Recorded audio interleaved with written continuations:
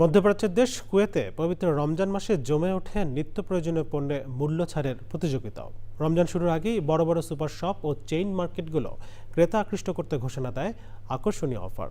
30 থেকে 50% পর্যন্ত ছাড় দেওয়া হয় এসব বিপণী বিতানে। এ প্রতিযোগিতায় পিছিয়ে নেই প্রবাসী বাংলাদেশি ব্যবসায়ীরাও। কুয়েত থেকে আরও জানাচ্ছেন জিসান মাহমুদ। কুয়েতে রমজান আসার আগে থেকেই নিত্য প্রয়োজনীয় বিভিন্ন পণ্যে মূল্য ছাড়ের হিড়িক পড়ে বড় বড় সুপার শপ, চেইন শপগুলোতে। কে কত ছাড় দিয়ে ক্রেতাদের আকৃষ্ট করতে পারেন তা নিয়ে বিভিন্ন মার্কেটে রীতিমতো চলে প্রতিযোগিতা। এই প্রতিযোগিতায় পিছিয়ে নেই সেখানকার বাংলাদেশি ব্যবসায়ীরাও। রমজান মাস আসলে আমরা স্পেশাল ডিসকাউন্ট দিয়ে থাকি। এদেশে যখন রমজান আসে কোনো একটা জিনিস পণ্যর দাম বাড়ে না, সীমিত এই দাম থাকে, আগে যে দামটা ছিল ওই দামটাই থাকে।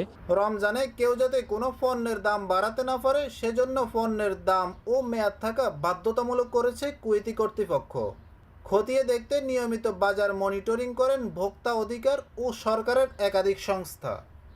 অসংগতি ধরা পড়লে আইন অমান্যকারীকে মোটা অঙ্কের জরিমানা ও প্রতিষ্ঠান বন্ধ করে দেওয়ারও নজির রয়েছে দেশটিতে।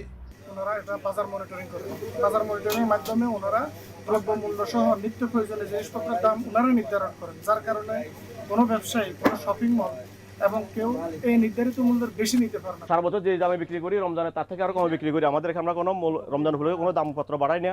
তারা মনে করেন বাংলাদেশেও যদি সিন্ডিকেট ভেঙে নিয়মিত অভিযান পরিচালনা করা যায় তাহলে নিত্য পণ্যের দাম নিয়ন্ত্রণে রাখা সম্ভব হবে। Zisan Mahmud, Channel I, Kuwait.